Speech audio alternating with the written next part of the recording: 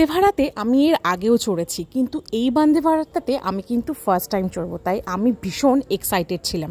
আমাদের ট্রেন কিন্তু অনেকক্ষণ লেট ছিল, প্রায় 2.5 ঘন্টার ওপর লেট, কিন্তু আমার কিন্তু তাতে একদম মন খারাপ করিনি। আর ওকে দেখো, আমি বলেছিলাম ফটো তুলবো, ও আমাকে বলছে সামনে এত ভিড়, তাই জন্য আমাকে এতটা রোদ্দুরে হাঁটিয়ে নিয়ে এসেছে পিছনে ফটো তোলার জন্য।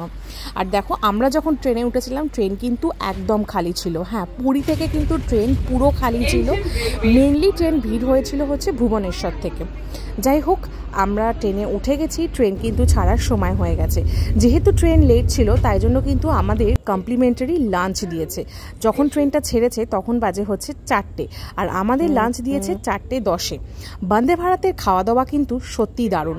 আমি এর আগেও শতাব্দী বলো, দুরন্ত বলো বা রাজধানী বলো, সব কিছুতেই দেখেছি, কিন্তু তার থেকে আমার মনে হয় বন্দে ভারতের খাবারের কোয়ালিটি ফার মাচ বেটার। এখানে যে রুটিগুলো বা যে পরোটাটা দেয় সেটা একদমই শক্ত ইটের মতন হয় না, যেটা রাজধানী বা দুরন্ততে আমি একদম শক্ত ইটের মতন লাগে।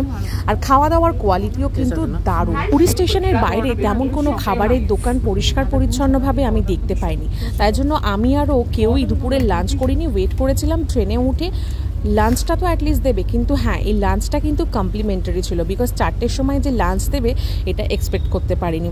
আর এরকমভাবে ট্রেন যাচ্ছে, এরকমভাবে বাইরে দেখতে দেখতে খেতে কিন্তু ব্যাপক মজা লাগে। আমি ওকে বলছিলাম এরকম যদি প্রতিদিন কি সুন্দর ট্রেন চলছে, চলতে চলতে বাইরে দেখতে দেখতে খাওয়া যায়, কি বলবো, এরকম আলাদা একটা মজাই না। আমি তো পাগলের মতন বকে যাচ্ছিলাম, ও হাসছে আমার কথা শুনে। তবে হ্যাঁ, চিকেনটা কিন্তু দারুণ ছিল, মানে পুরো মনে হচ্ছিল যেন দই চিকেন। আর ও আমাকে বারণ করছিল টক দইটা খেতে না, বিকজ একটু একটু ঠান্ডা লেগেছিল।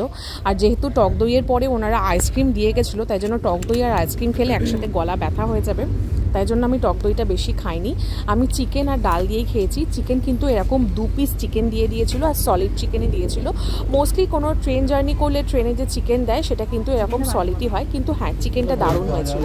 দেখো, সন্ধে হয়ে গেছে, সন্ধে স্ন্যাক্সে কিন্তু আমাদের অনেক কিছু দিয়ে দিয়েছিল, এরকম একটা জুস, তার সঙ্গে পপকর্ন, তার সঙ্গে চিড়ে, আর তার সঙ্গে কিন্তু এরকম মশালা চা। এটা যে কেমন চা গড নোজ, কিন্তু কি করা যাবে, গলাটা পুরো ব্যথা ব্যথা করছিল, পুরো ডিরেক্ট এসিটা মাথার ওপর পড়ছিল। আর এটা কিন্তু রাতে দিয়েছিল হচ্ছে খিচুড়ি, যেহেতু ওরকম একটা লাঞ্চ প্রোভাইড করেছে আর ট্রেনটা অনেক লেট ছিল, তাই জন্য রাতের কিন্তু ডিনারও ওরা সার্ভ করেছে। খিচুড়িটা কিন্তু ব্যাপক ছিল। তোমরা কোনোদিন কাউকে দেখেছো এরকম খিচুড়ি খেয়ে এত আনন্দ পায়? আমাকে দেখো, আমি একটা খিচুড়ি খেয়ে এত মজা পেয়েছি। আমরা যখন কলকাতায় পৌঁছালাম তখন বাজে 11টা, আর তখন কিন্তু কলকাতায় ভীষণ বৃষ্টি হচ্ছিল। খড়গপুর থেকেই দেখছিলাম অনেক বৃষ্টি হচ্ছিল। যাই হোক, আমাদের আজকের ভিডিওটা কেমন লাগলো অবশ্যই কমেন্ট করে জানাও। দেখা হবে কিন্তু একটা নতুন ভিডিওর সাথে।